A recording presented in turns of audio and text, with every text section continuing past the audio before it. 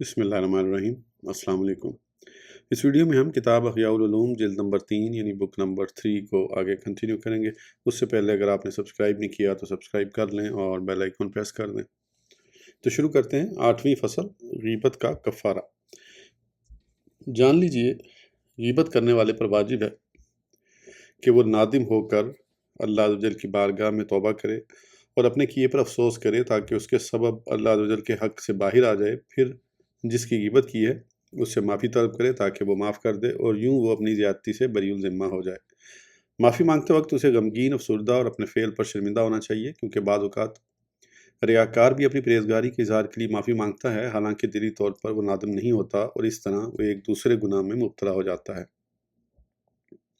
حضرت سیدنا حسن بصری علیہ رحمہ فرماتے ہیں، جس کی غیبت کی ہے اس کے لیے دعائے مغفرت کرنا کافی ہے، معاف کروانے کی حاجت نہیں۔ ممکن ہے اس معاملے میں وہ حضرت سیدنا انس بن مالک رضی اللہ عنہ سے مروی روایت سے دلیل پکڑتے ہوں۔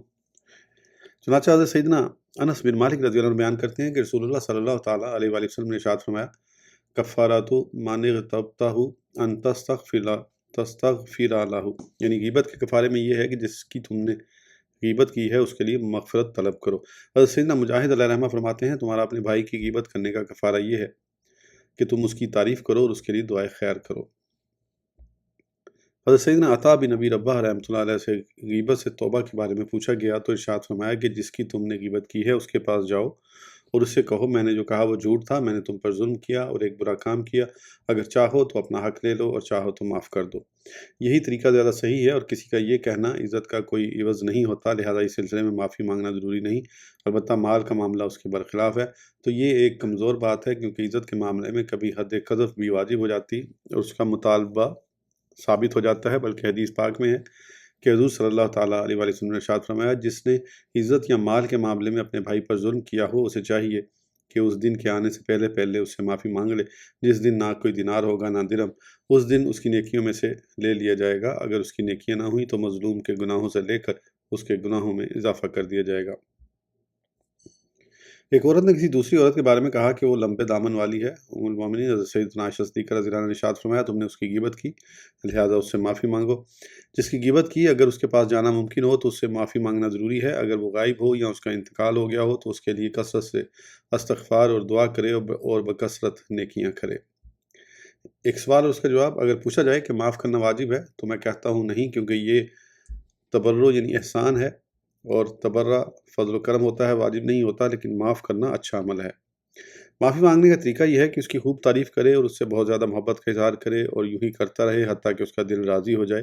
اگر اس کے باوجود اس کا دل راضی نہ ہو تو معافی مانگنا اور محبت کا اظہار کرنا بھی نیکی ہے، اس پر اسے اجر ملے گا جو بروز قیامت غیبت کے گناہ کے مقابلے میں ہوگا۔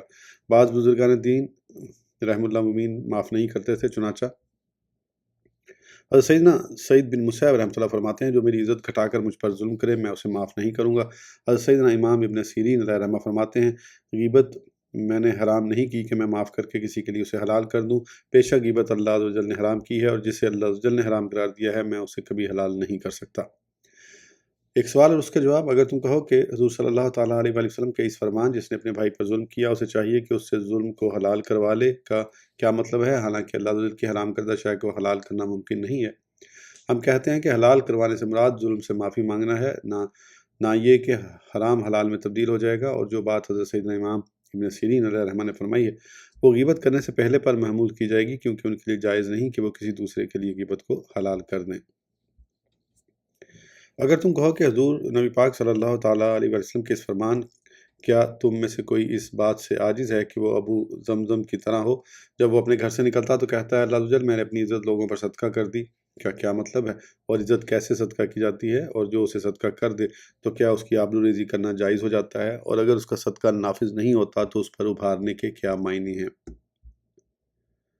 ہم کہتے ہیں اس کا معنی یہ ہے کہ میں قیامت میں اس سے اپنے چھینے ہوئے حق کا مطالبہ نہیں کروں گا اور نہ ہی اس سے جھگڑا کروں گا۔ معلوم ہوا کہ اس کے سبب غیبت حلال نہیں ہو جائے گی اور نہ ہی ظلم ساکت ہوگا، کیونکہ یہ قبل از وقوع معاف کرنا ہے، البتہ یہ وعدہ ہے اور اس کے لیے اسے پورا کرنے کا عزم کرنا جائز ہے کہ وہ اسے جھگڑا نہیں کرے گا۔ اگر وہ اس وعدے سے رجوع کر لے اور جھگڑا کرے تو قیاس یہ ہے کہ دیگر حقوق کی طرح اس کا بھی اسے ضرور حق حاصل ہوگا۔ بلکہ فقہ کرام رحمۃ اللہ السلام نے اس بات کی صراحت کی ہے کہ جو اپنے اوپر زنا کی تہمت لگانے کی اجازت دے دے تو حد قذف کے سلسلے میں اس کا حق ساقط نہیں ہوگا۔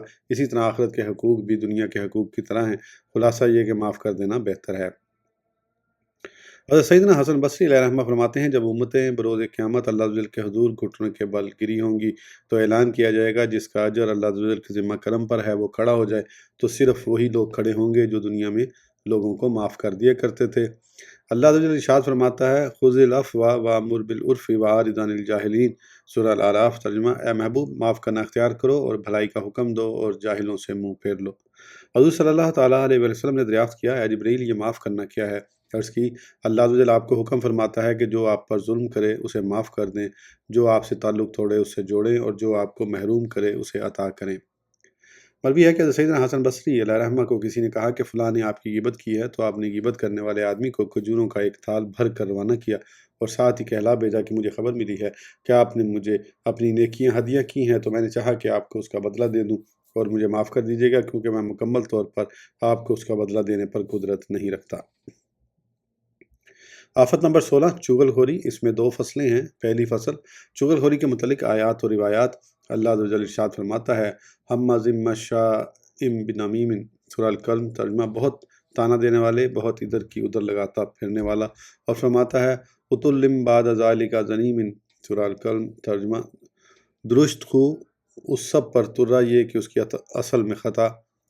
زنیم سے مراد، حضرت سیدنا عبداللہ بن مبارک رحمۃ اللہ تعالیٰ علیہ نے فرمایا، زنیم سے مراد وہ ولد الزنا یعنی حرام کی اولاد ہے جو بات کو نہ چھپائے۔ آپ نے اللہ جل کے اسی فرمان اتلم بعد ذالک زنیم سے اخذ کرتے ہوئے اس بات کی طرف اشارہ فرمایا کہ ہر وہ شخص جو بات کو نہ چھپائے اور چغلی کھائے تو یہ اس بات پر دلیل ہے کہ وہ ولد الزنا ہے۔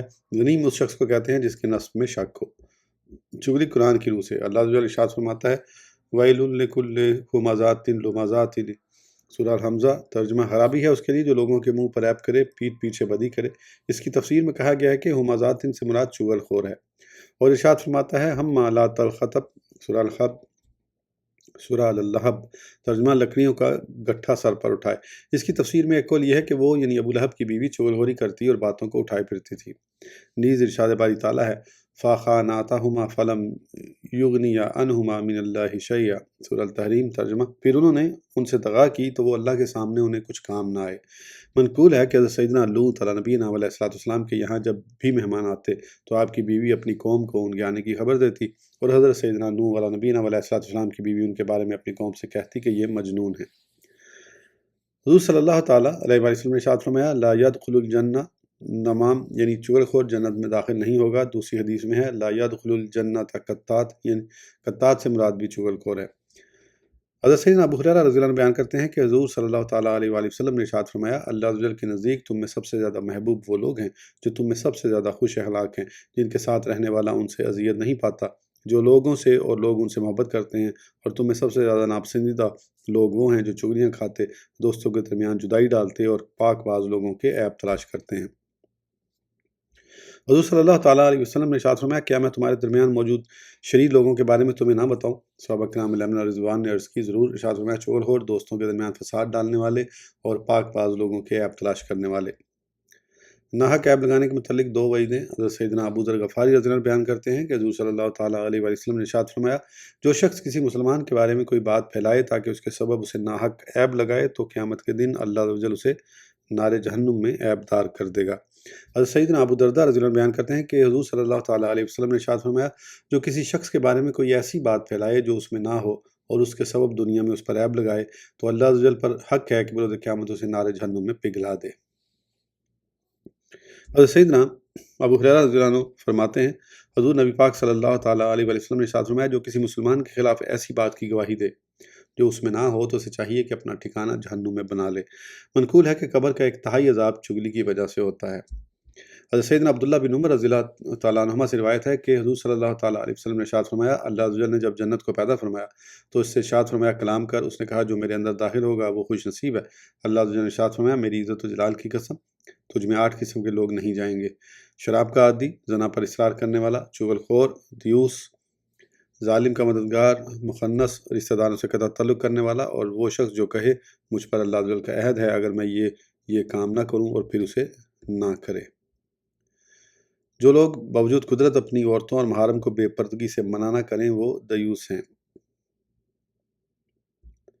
حضرت سیدنا کعب الاحبار رضی اللہ عنہ سے مروی ہے کہ بنی اسرائیل جب قحط میں مبتلا ہوئے تو حضرت سیدنا موسیٰ کلیم اللہ علیہ نبینا علیہ السلام نے متعدد مرتبہ بارش کی دعا کی مگر بارش نہ ہوئی۔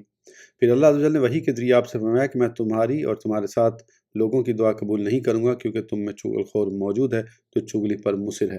حضرت سیدنا موسیٰ علیہ نبینا علیہ السلام نے عرض کی، اے میرے رب عز و جل مجھے بتا وہ کون ہے تاکہ اسے اپنے درمیان سے نکال دوں۔ اللہ عز و جل نے ارشاد فرمایا، موسیٰ میں تمہیں چغلی سے منع کرتا ہوں لہذا میں تمہیں نہیں بتاؤں گا۔ پس سب نے مل کر توبہ کی تو بارش ہو گئی۔ منقول ہے کہ ایک شخص 7 باتوں کو جاننے کے لیے ایک دانہ کے پیچھے 700 فرسخ کا طویل سفر طے کر کے گیا۔ جب اس کے پاس پہنچا تو کہا، میں آپ کے پاس اس علم کی خاطر آیا ہوں جس سے اللہ عز و جل نے آپ کو نوازا ہے۔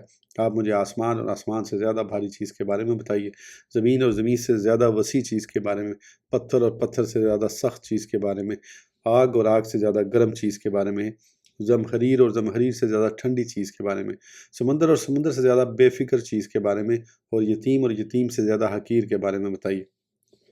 دانا نے کہا، بے گناہ پر بہتان باندھنا آسمان سے زیادہ بھاری ہے، حق یعنی سچائی زمین سے زیادہ وسیع ہے، قناعت پسند دل سمندر سے زیادہ بے فکر ہے، حرص اور حسد آگ سے زیادہ گرم ہے، کسی قریبی سے ضرورت کا پورا نہ ہونا زمخریر سے زیادہ ٹھنڈا ہے، کافر کا دل پتھر سے زیادہ سخت ہے، اور چغل خور کا معاملہ جب ظاہر ہو جائے تو وہ یتیم سے زیادہ حقیر ہے۔ دوسری فصل، چغلی کی تعریف اور اس سے چھٹکارے کی صورت۔ چغلی کی تعریف اور اس کی حقیقت جان لیجیے۔ عموماً چغلی کسی کی بات اس شخص تک پہنچانے کو کہتے ہیں جس کے بارے میں بات کہی گئی ہے، جیسے آپ کہیں کہ فلاں تمہارے بارے میں یہ بات کہہ رہا تھا، حالانکہ چغلی صرف اس کا نام نہیں بلکہ اس کی تعریف یہ ہے کہ ناپسندیدہ بات کو ظاہر کرنا، خواہ اسے برا لگے جس نے کہا یا اسے جس کے بارے میں کہا گیا یا کسی تیسرے شخص کو، برابر ہے کہ وہ اظہار گفتگو کے ذریعے ہو یا لکھنے کے ذریعے یا اشارے کے ذریعے۔ جسے نقل کیا گیا وہ عمل ہو یا قول، خواہ اس کا تعلق منقول انا یعنی جسے بات نقل کی گئی ہے اس کے عیب اور نقص سے ہو یا نہ ہو، بلکہ چغلی کی حقیقت راز فاش کرنا اور اس بات سے پردہ ہٹا دینا ہے جس کے ظاہر ہونے کو انسان ناپسند کرتا ہو، بلکہ آدمی لوگوں کے جو بھی ناپسندیدہ اقوال دیکھے تو اسے اس سے خاموشی اختیار کرنی چاہیے، سوائے یہ کہ جسے بیان کرنے میں کسی مسلمان کو نفع ہو یا اس سے نقصان دور ہو۔ مثلا جب وہ کسی کو دوسرے کا مال لیتا دیکھے تو اس پر لازم ہے کہ صاحب مال کے حق کا لحاظ کرتے ہوئے اس کی گواہی دے۔ بہرحال جب وہ اسے اپنا ہی مال چھپاتے دیکھے تو اسے بیان کرنا چغلی اور راز کو فاش کرنا ہے، اور اسی طرح اگر کوئی شخص کسی کی وہ بات بیان کرے جس کا تعلق اس کے عیب اور نقص سے ہو تو یقیناً اس نے غیبت اور چغلی دونوں کو جمع کر لیا۔ چغلی پر ابھارنے کا سبب یہاں تو جس کے بارے میں خبر دے رہا ہے اس کے ساتھ برائی کا ارادہ ہوتا ہے، یا جس سے بات بیان کر رہا ہے اس سے محبت کا اظہار ہوتا ہے، یا پھر فضول اور جھوٹی باتوں میں مشغول ہو کر دل بہلانا ہوتا ہے۔ چغلی اور چغل خور سے چھٹکارا دلانے والے 6 امور۔ جس شخص کے پاس چغلی کی جائے اور اس سے کہا جائے کہ فلاں نے تمہارے بارے میں یہ کہا، یا تمہارے خلاف ایسا کیا، یا وہ تمہارے معاملے کو بگاڑنے کی سازش کر رہا ہے، یا تمہارے دشمن سے دوستی کرنے کی تیاری کر رہا ہے، یا تمہاری حالت کو خراب کرنے کی کوششوں میں لگا ہوا ہے، یا اس قسم کی دوسری باتیں کہی جائیں تو ایسی صورت میں اس پر 6 باتیں لازم ہیں۔ اس کی تصدیق نہ کرے کیونکہ چغل خور فاسق ہوتا ہے اور فاسق کی گواہی مردود ہے۔ اللہ عز و جل ارشاد فرماتا ہے، یا ایھا الذین آمنوا ان جاءکم فاسق بنبأ فتبینوا ان تصیبوا قوما بجہالۃ۔ سورہ الحجرات۔ ترجمہ، اے ایمان والو اگر کوئی فاسق تمہارے پاس کوئی خبر لائے تو تحقیق کر لو کہ کہیں کسی قوم کو بے جانے ایذا نہ دے بیٹھو۔ نمبر 2، اسے چغلی سے منع کرے، سمجھائے اور اس کے سامنے اس کے فعل کی قباحت ظاہر کرے کہ اللہ عز و جل ارشاد فرماتا ہے، وَأْمُرْ بِالْمَعْرُوفِ وَانْهَ عَنِ الْمُنْكَرِ۔ سورہ لقمان۔ ترجمہ، اور اچھی بات کا حکم دے اور بری بات سے منع کر۔ نمبر 3، اللہ عز و جل کی رضا کے لیے اس سے بغض رکھے کیونکہ چغل خور خود اللہ عز و جل کو ناپسند ہے، اور جسے اللہ عز و جل ناپسند کرے اس سے بغض رکھنا واجب ہے۔ نمبر 4، اپنے مسلمان بھائی یعنی جس کی غیبت کی گئی اس سے بدگمان نہ ہو کیونکہ اللہ عز و جل کا فرمان ہے، یا ایھا الذین آمنوا اجتنبوا کثیرا من الظن ان بعض الظن اسم۔ سورہ الحجرات۔ ترجمہ، اے ایمان والو بہت گمانوں سے بچو، بے شک کوئی گمان گناہ ہو جاتا ہے۔ نمبر 5، جو بات تمہیں بتائی گئی وہ تمہیں تجسس اور بحث پر نہ ابھارے کہ تم اسے حقیقت سمجھنے لگ جاؤ۔ اللہ عز و جل ارشاد فرماتا ہے، وَلَا تَجَسَّسُوا۔ سورہ الحجرات۔ ترجمہ، اور عیب نہ ڈھونڈو۔ نمبر 6، جس بات سے تم چغل خور کو منع کر رہے ہو اسے اپنے لیے پسند نہ کرو اور نہ ہی اس کی چغلی آگے بیان کرو کہ یہ کہو اس نے مجھ سے یہ بات بیان کی، اس طرح تم چغل خور اور غیبت کرنے والے ہو جاؤ گے، اور جس بات سے تم نے منع کیا خود اس کے کرنے والے بن جاؤ گے۔ سیدنا عمر بن عبدالعزیز رحمہ اللہ کا طرز عمل مروی ہے کہ امیر المومنین حضرت سیدنا عمر بن عبدالعزیز علیہ الرحمہ کی خدمت یا بابرکت میں ایک شخص حاضر ہوا اور اس نے کسی کے بارے میں کوئی منفی بات کی۔ آپ رحمۃ اللہ تعالیٰ علیہ نے فرمایا اگر تم چاہو تو ہم تمہارے معاملے کی تحقیق کریں، اگر تم جھوٹا نکلے تو اس آیت مبارکہ کے مصداق قرار پاؤ گے۔ یا ایھا الذین آمنوا ان جاءکم فاسق بنبأ فتبینوا، سورہ الحجرات ترجمہ۔ اے ایمان والو، اگر کوئی فاسق تمہارے پاس کوئی خبر لائے تو تحقیق کر لو، اور اگر تم سچے ہوئے تو یہ آیت مقدسہ تم پر صادق آئے گی۔ ہمازٍ مشاء بنمیم، سورہ قلم ترجمہ۔ بہت تانا دینے والا، بہت ادھر کی ادھر لگاتا پھرنے والا۔ اگر تم چاہو تو ہم تمہیں معاف کر دیں۔ اس نے عرض کیا ہے امیر المومنین معاف کر دیجئے، آئندہ میں ایسا کبھی نہیں کروں گا۔ اس ویڈیو کے لیے اتنا ہی، پھر انشاءاللہ اگلی ویڈیو میں آگے کنٹینیو کریں گے۔ اس وقت تک کے لیے اجازت دیجیے، سبسکرائب کرنا نہ بھولیں۔ اللہ حافظ۔